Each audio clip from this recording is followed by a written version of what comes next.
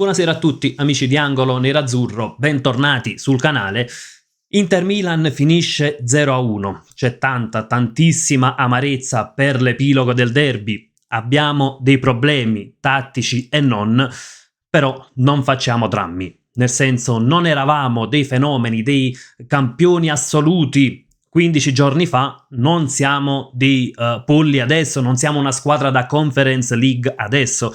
Ecco, per quanto in questo momento sia difficile andare ad analizzare le cose, è chiaro che dobbiamo anche essere un tantino razionali e non sparare a zero adesso sulla nostra squadra per la sconfitta nel derby, che, ribadisco, brucia, mette in evidenza tanti dei problemi che ci sono, però non è una sconfitta dalla quale non c'è nulla da salvare, ecco, in questo senso qui. E io prendo innanzitutto le statistiche della partita, perché se noi andiamo a vedere la partita che è stata una partita molto tattica, decisa da un episodio, o meglio, da una nostra leggerezza difensiva, e naturalmente quello è uno dei problemi che ha questa Inter.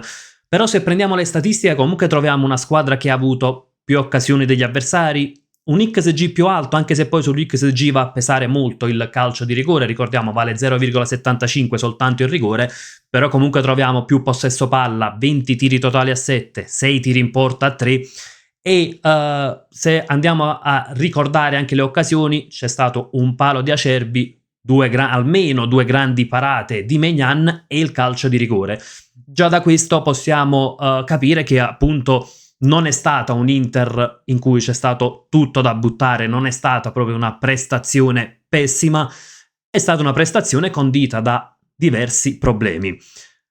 Poi al di là dei problemi c'è stato un fattore determinante ed è stato il portiere, perché sappiamo, tante volte lo abbiamo detto, il portiere nel corso di un campionato può portare tanti punti ad una squadra, può essere anche un fattore determinante poi nelle sorti della stagione.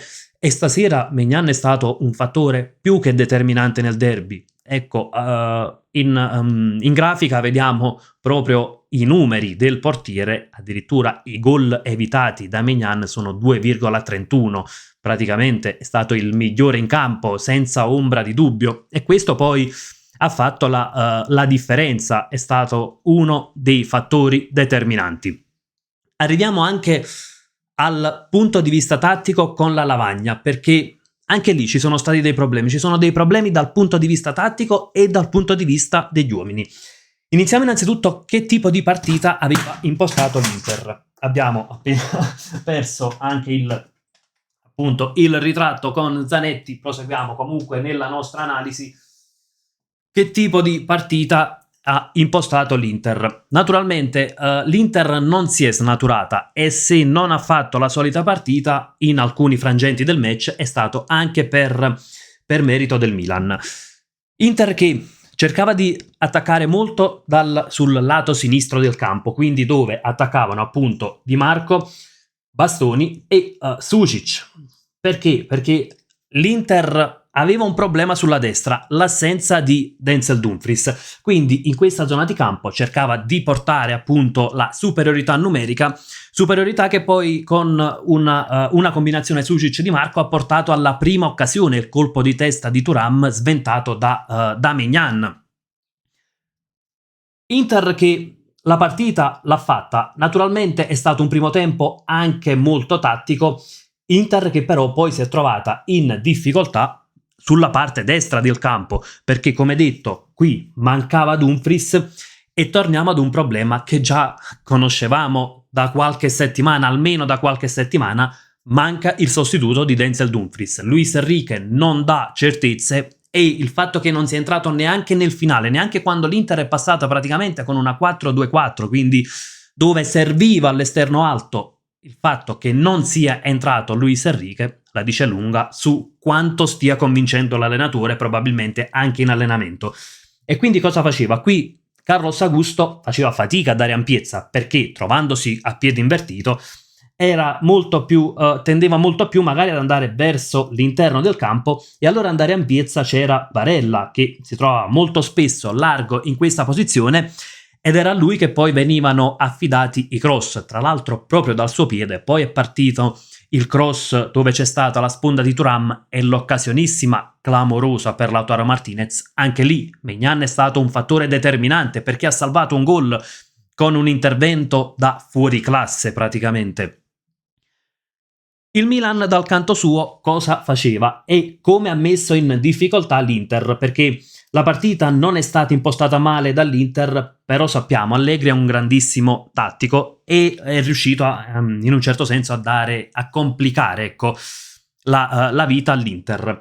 Innanzitutto partiamo dalla fase di non possesso del Milan, perché quando l'Inter giostrava il pallone nel proprio terzo di campo, nel terzo di campo difensivo, o quando magari il possesso era un po' più lento, si andava ad appoggiare all'indietro, il Milan saliva col pressing e si andavano proprio a formare delle coppie, quindi con i due attaccanti su Akanji e Acerbi, e c'era Fofana che spesso andava a prendere bastoni.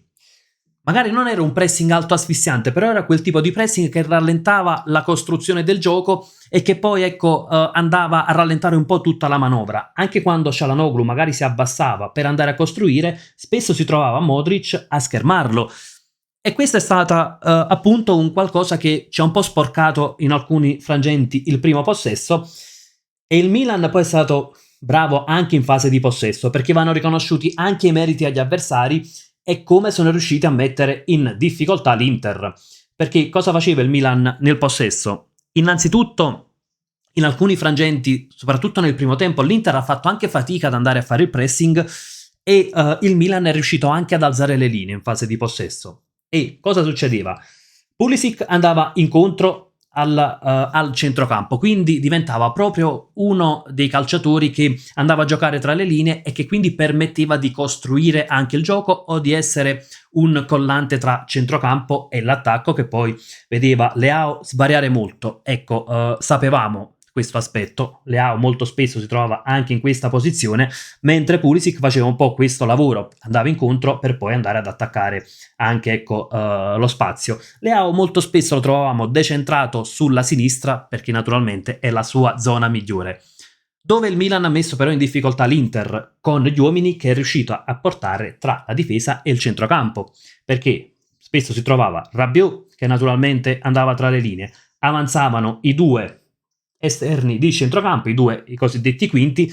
Molto spesso c'era anche Fofana e quindi cosa succedeva? Che portando tanti giocatori in questa zona di campo, l'Inter faceva fatica a non lasciare gli uno contro uno qui, sulle corsie esterne. Perché? Perché naturalmente se qui si trova la mezzala, qui l'altra mezzala, c'è un attaccante che va a giocare in questa zona di campo, è chiaro che poi si fa fatica ad andare a raddoppiare sulle corsie esterne, e questo è stato uno dei fattori che il Milan e Allegri avevano studiato bene. Detto questo, è stato comunque un Inter che nel primo tempo è riuscita a concedere praticamente 0 tiri in porta, anzi togliamo anche il praticamente, perché se andiamo a prendere le statistiche del primo tempo, effettivamente il Milan non ha fatto tiri in porta. Ha creato delle potenziali occasioni, delle situazioni che potevano diventare dei pericoli, proprio con le situazioni che appunto abbiamo visto, però poi, ecco, veri tiri in porta non ce ne sono stati, anche statistiche alla mano, e l'XG è stato basso quello dell'Inter 0,45, ancora peggio quello del Milan con uno 0,23. Tra l'altro, altro aspetto erano i due terzi di difesa, quindi Tomori e Pavlovic, che avanzavano supportando l'azione. Secondo tempo che tutto sommato era iniziato un po' sulla falsa riga del primo, e quando queste partite sono così tattiche, le squadre di Allegri purtroppo per noi vanno a nozze. Il gol ha cambiato naturalmente l'andamento del match e sul gol ci sarà tantissimo da interrogarsi. Lo faremo anche domani sera nella live con i nostri ospiti. Perché? Perché c'è stata una palla contesa a centrocampo. Çalhanoğlu aveva recuperato il possesso, poi lo ha perso e c'è stata la verticalizzazione rapida del Milan. Purtroppo lo sapevamo che il Milan tende a verticalizzare rapidamente, non è stata una novità questa, non è stata una mossa a sorpresa del Milan, sapevamo recupero palla, verticalizzazione rapida, è così che fa le transizioni positive il Milan. Il problema è stato che sulla transizione positiva del Milan si è trovato praticamente Saelemaekers ad attaccare la nostra linea difensiva e facilmente recuperando palla in questa zona di campo con una verticalizzazione hanno creato un 3 contro 3. Poi naturalmente sulla finalizzazione di quell'azione c'è tanto da chiedersi, perché c'è stato il tiro di Saelemaekers. Sommer poteva fare meglio? Probabilmente sì, probabilmente poteva respingere leggermente meglio quel pallone con un pizzico più di reattività. C'è in realtà anche Akanji che poteva far meglio, ecco. Ha lasciato Pulisic, magari anche Akanji con un pizzico di reattività in più poteva andare a chiudere su Pulisic e magari arrivare prima del calciatore rossonero. Fatto sta che il problema è che da lì in poi il copione del match è, non dico che sia cambiato, ma è stato un Milan ancora più attendista, perché poi forte del vantaggio, sappiamo, le squadre di Allegri tendono a chiudersi e a lasciare pochissimi spazi. Basti pensare che poi il Milan ha chiuso addirittura con un 5-4-1. Cosa è successo? Il Milan ha fatto ancora più densità all'interno dell'area di rigore, linee praticamente strettissime, nel finale poi è entrato appunto, ha cambiato anche il sistema di gioco, ma così facendo ha fatto tanta intensità nell'area di rigore, in queste zone di campo sia a destra che a sinistra, a destra riusciva a creare sempre il raddoppio. Ecco, molto spesso l'Inter faceva fatica, in realtà più dopo il rigore sbagliato, ecco, il Milan si è compattato ancora più in area, perché magari l'Inter ha avuto anche un pizzico di reazione, ha conquistato il calcio di rigore, tra l'altro rigore che credo sia ineccepibile, perché Pavlovic è stato anche un po' ingenuo su Thuram, purtroppo rigore sbagliato. Il Milan ha iniziato a giocare anche col cronometro, creando tanta densità all'interno dell'area di rigore, lasciando pochi spazi, con un Inter che molto spesso faticava a creare dei pericoli, perché aveva in mano il pallino del gioco, ma quella era anche una scelta del Milan. Il punto è che l'Inter non riusciva più a sfondare, quindi molto spesso si affidava al lato sinistro del campo, dove in questa zona non riusciva naturalmente a creare né superiorità numerica né tantomeno riusciva a saltare l'avversario. Purtroppo lo sappiamo, è un problema che ci portiamo dietro ormai da anni, non abbiamo chi salta l'avversario, ad eccezione di qualche giocata di Bonni, di Thuram, ma insomma sulle corsie esterne non abbiamo il Lookman, per intenderci, che è abilissimo nel dribbling, così come il Luis Enrique, che doveva essere l'arma in più sulla destra per saltare l'avversario, non ce l'abbiamo, e quindi lì poi ci sono stati tanti cross sporcati, tante combinazioni dove abbiamo fatto anche un po' di fatica ad entrare nell'area rossonera, tanti tiri che poi venivano ribattuti, ma grandissime occasioni da gol nel finale. Purtroppo abbiamo fatto fatica a crearne. Concludo anche con qualche giudizio sui singoli. C'è stato un Sucic che nel primo tempo ha lasciato molto a desiderare, quasi ecco, veniva da pensare che sarebbe stato giusto sostituirlo. In realtà poi nel secondo tempo è cresciuto, ha avuto più personalità, ha provato anche più di una volta a cercare di entrare tra le maglie rossonere, però oggettivamente non è bastato.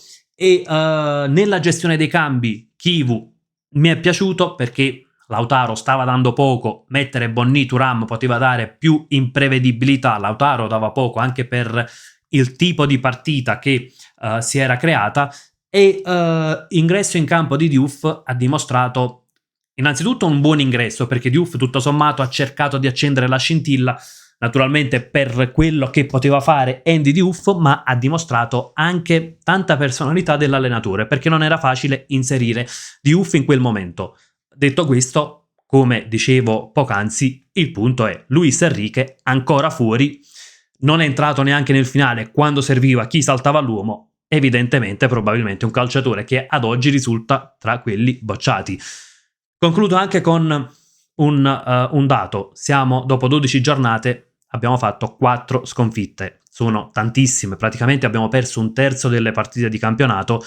3 di queste sconfitte arrivano nei big match.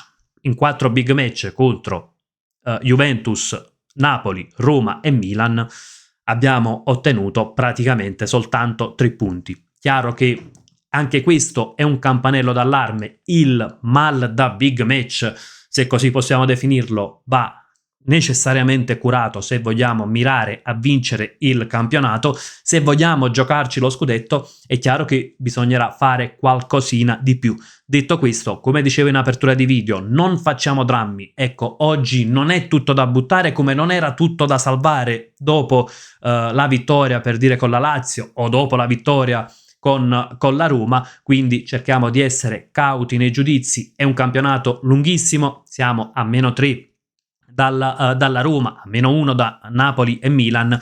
Oggettivamente le squadre sono tutte lì, il campionato sarà lunghissimo, sarà combattuto e quindi insomma oggi c'è tanta amarezza, tanta tristezza per il derby perso, però non c'è nulla appunto di non recuperabile. Ragazzi, fatemi sapere anche la vostra nei commenti, come avete visto il derby, cosa ne pensate della prestazione dell'Inter e magari anche della prestazione dei singoli, quali sono stati i problemi. Insomma, come al solito, confrontiamoci nella sezione commenti e come sempre, nonostante la sconfitta, anzi oggi ancora più forte, vi lascio con un gran bel Forza Inter!